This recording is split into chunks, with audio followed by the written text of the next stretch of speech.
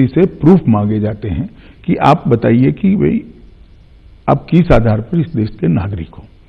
ये दोनों प्रक्रिया का कोई लेन देन नहीं है, न दोनों प्रक्रिया का एक दूसरे के सर्वे में उपयोग हो सकता है।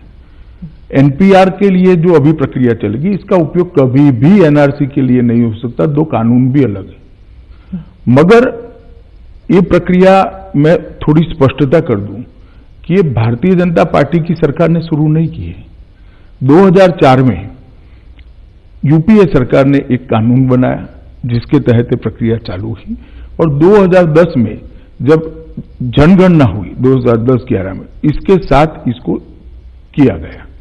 अब फिर से जनगणना हो रही, इसके साथ ही करने का प्रावधान है। सरकार ने आज निर्णय करा है। तो मैं पहले ये स्पष्टता कर देना चाहता हूं कि एनपीआर का कोई भी डेटा एनआरसी के उपयोग में आ ही नहीं सकता, क्योंकि ये अलग प्रक्रियाएं हैं और उसमें नागरिक से अपने नागरिक होने के लिए कुछ दस्तावेज मांगे जाते हैं और कुछ प्रक्रिया जो असम में हुई है अभी। इसके अंदर देश के अंदर रहने वाला हर कोई व्यक्ति अपनी स्वतः की इच्छा से एक ऐप के अंदर भरकर भेजेगा, कोई सपोर्ट डॉक्यूमेंट नहीं मांगे।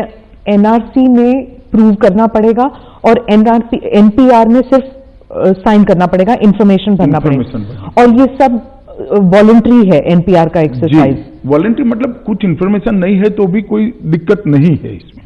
तो उसमें कुछ खाने खाली रखे जा सकते हैं जी। तो अगर कौन से ऐसे सवाल हैं एनपीआर में जो इस बार नए हैं, पिछली प्रक्रिया में नहीं थे और इस प्रक्रिया में जोड़े जाए? देखिए, एक दो चीजें नई हैं जिसमें घर में कितने, घर का एरिया क्या है, घर में पशु कितने हैं, इस प्रकार की कुछ चीजें नई है जिसके आधार पर राष्ट्र की सारी योजनाओं का एक खाका बनता है। मैं आपको बताता हूं, इस प्रकार के सर्वे न हुए होते तो हम आज देश में हर गरीब के घर में गैस नहीं पहुंचा सकते। जो लोग इसके लिए अपप्रचार कर रहे हैं वो गरीबों का और विशेषकर माइनॉरिटी का नुकसान कर रहे हैं, क्योंकि ये प्रक्रिया से जो कटेंगे उनके लिए ये योजनाओं में कैसे जगह बनेगी, इसका अंदाज कैसे लगेगा।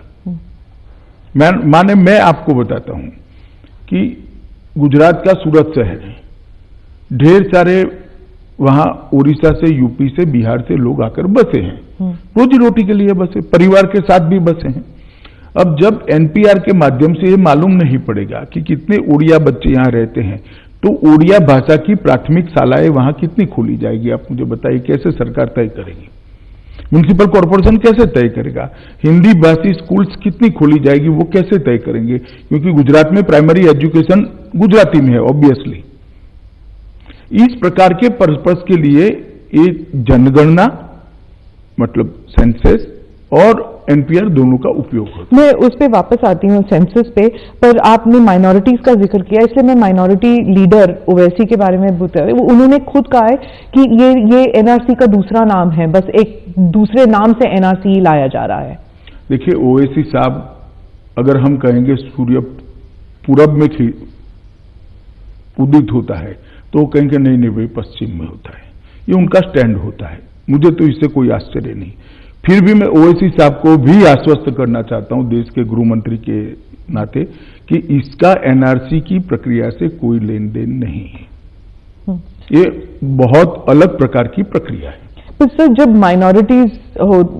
माइनॉरिटीज की जिक्र कर रहे हैं आप, तो माइनॉरिटी हमेशा इस